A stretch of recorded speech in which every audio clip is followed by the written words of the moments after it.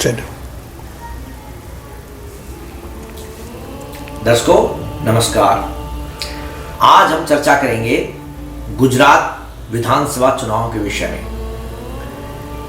गुजरात विधानसभा का चुनाव 1 दिसंबर और 5 दिसंबर को होने जा रहे हैं।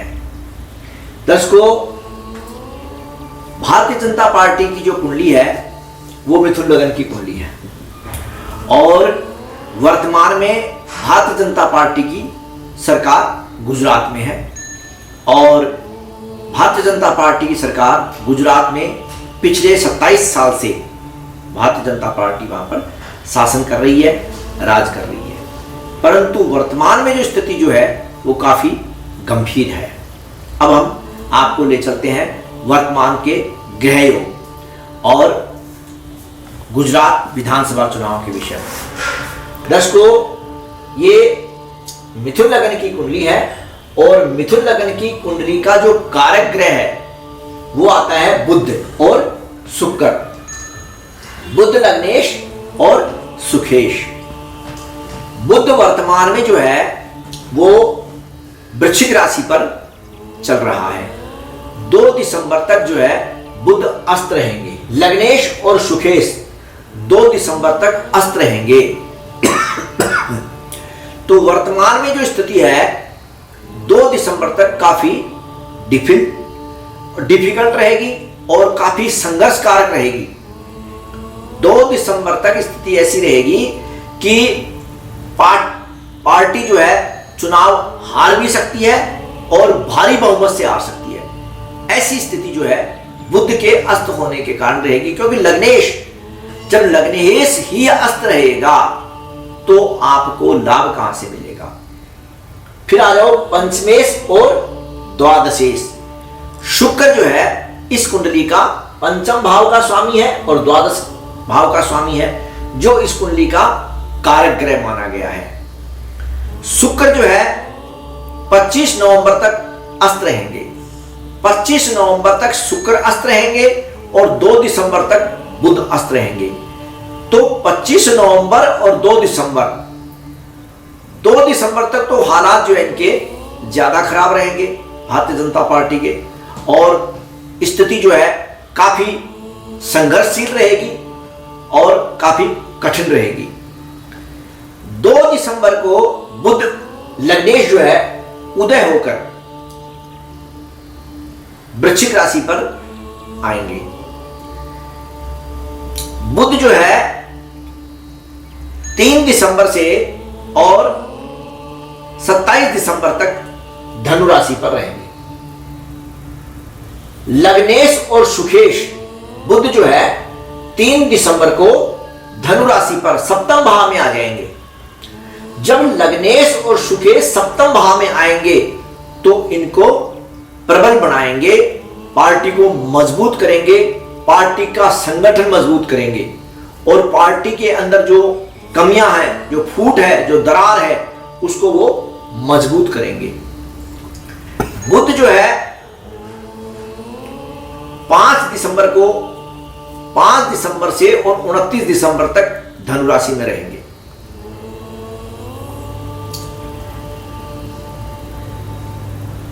तीन दिसंबर से 27 दिसंबर तक जो है बुध, 3 दिसंबर से और 27 दिसंबर तक बुध जो है वो धनु राशि पर रहेंगे और स्थिति जो है इनकी जो है वो मजबूत करेंगे। अब इसमें जो स्थिति आ रही है वो 3 दिसंबर के बाद जो स्थिति जो बन रही है वो काफी मजबूत बन रही है। 3 दिसंबर को बुध और शुक्र दोनों यहां पर आ जाएंगे। लग्नेश और सुखेश, पंचमेश और द्वादशेश, इस कुंडली के प्रबल कारक ग्रह जो ग्रह हैं वो बुध और शुक्र हैं और वो दोनों ही जो है इस कुंडली को मजबूत करेंगे। 3 दिसंबर के बाद में भारतीय जनता पार्टी की जो है स्थिति मजबूत होती चली जाएगी। 3 दिसंबर से पहले तो स्थिति जो है वो इनकी डावाडोल रहेगी, असमंजस की स्थिति रहेगी और 3 दिसंबर के बाद स्थिति जो है इनकी मजबूत हो जाएगी। अब इनकी स्थिति जो है आ रही है वो आपको बता देते हैं। जैसे शनि जो है अष्टम भाव का स्वामी है, वो कर्म भाव को, दशम भाव को देखेगा, जो इनको राज्य सुख से वंचित करने का प्रयास करेगा।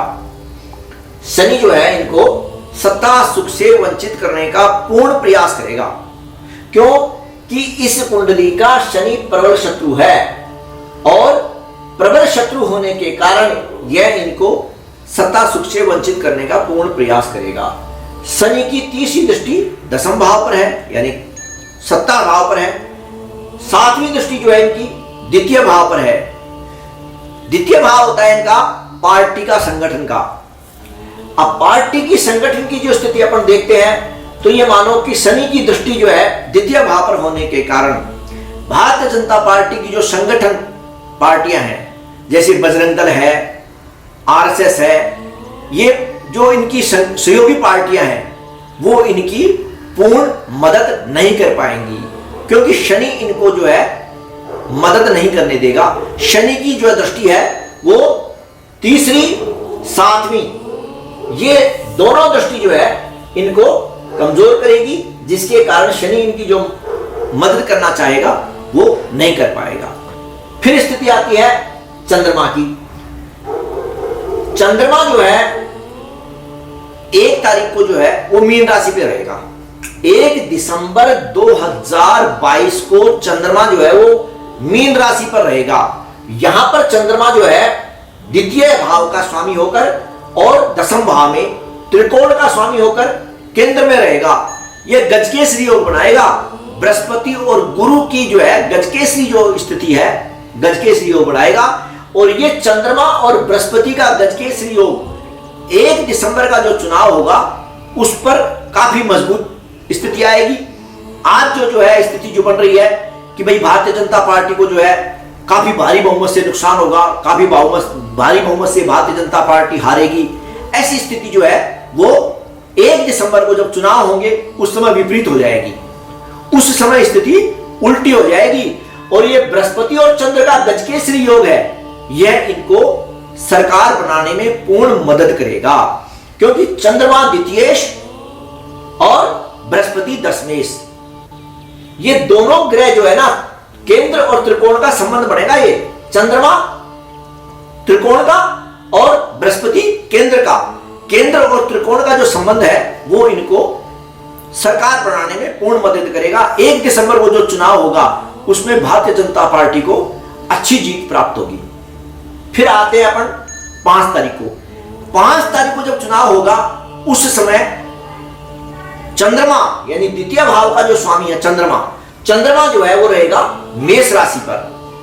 मेष राशि पर चंद्रमा यहां आ जाएगा तो चंद्रमा जो है यहां पर राहु से पीड़ित हो जाएगा। ये ग्रहण योग बनेगा। 5 तारीख को जो चुनाव होंगे उसमें इनकी स्थिति जो है वो इतनी ज्यादा अच्छी नहीं रहेगी जितनी 1 दिसंबर को रहेगी, लेकिन फिर भी यह गजकेसरी योग जो है, बृहस्पति और चंद्रमा का गजकेसरी योग जो है इनको काफी मदद करेगा। तीसरी, बुध और शुक्र जो है वो लगन को देखेंगे। सुखेश और लग्नेश केंद्र में बैठे हैं, केंद्र का स्वामी केंद्र में विराजमान है। और यहां पर त्रिकोण, पंचम भाव का स्वामी, त्रिकोण का स्वामी चंद्रमा और शुक्र, पंचम भाव का स्वामी शुक्र जो है वो लग्नेश और सुखेश बुध के साथ सप्तम भाव पर विराजमान है। और शुक्र और बुध की लगन पर पूर्ण दृष्टि है। यह बुध और शुक्र का संबंध और बृहस्पति दशम भाव में होना, ये तीनों योग, बुध और शुक्र और बृहस्पति तीनों ग्रहों के बलवान होने के कारण गुजरात में भारतीय जनता पार्टी की सरकार गठबंधन के साथ बन सकती है। पूर्ण बहुमत के साथ तो नहीं बन पाएगी, क्यों कि यहां पर राहु और शनि, ये दोनों जो है इनका खेल बिगाड़ेंगे और इनका बोर्ड तोड़ने का पूर्ण प्रयास करेंगे। क्योंकि राहु की वक्र दृष्टि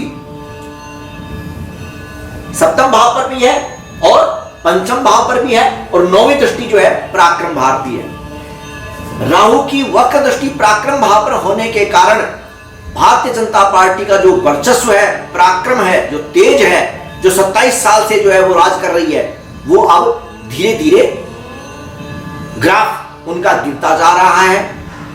2017 में जब चुनाव हुए थे उस समय हमने दिया था कि शनि के अस्त होने के कारण बनेगी गुजरात में भारतीय जनता पार्टी की सरकार। हमारा द इंप्रेसिव टाइम अखबार 10 दिसंबर 2017 पेज नंबर 7 इशू नंबर 31 पर प्रकाशित हुआ था, जिसमें साफ लिखा हुआ था 2017 में शनि के अस्त होने के कारण बनेगी भारतीय जनता पार्टी की सरकार। हमने यह भी लिखा था उसमें कि भारतीय जनता पार्टी की सरकार, जैसे 2012 में इनको जो है 117 सीटें आई थी, उतनी सीटें तो नहीं आएंगी, परंतु इनकी सरकार जो है वो बन जाएगी और सीटें जो है इनकी 90 से और 110 के बीच में आएंगी। तो आपको याद होगा कि इनकी 99 सीटें आई थी और वर्तमान में 99 सीटों पर ये सत्ता बनाए हैं। अभी वर्तमान में जो स्थिति आ रही है, 2022 की जो स्थिति है वो ये आ रही है कि इनकी सरकार जो है वो 90 सीटों के इर्द गिर्द बनेगी। ये 90 सीट आ सकती हैं, ये 85 भी आ सकती हैं, लेकिन 90 से ऊपर नहीं आएंगी। वर्तमान की जो स्थिति आ रही है वो 90 के इर्द गिर्द आ रही है।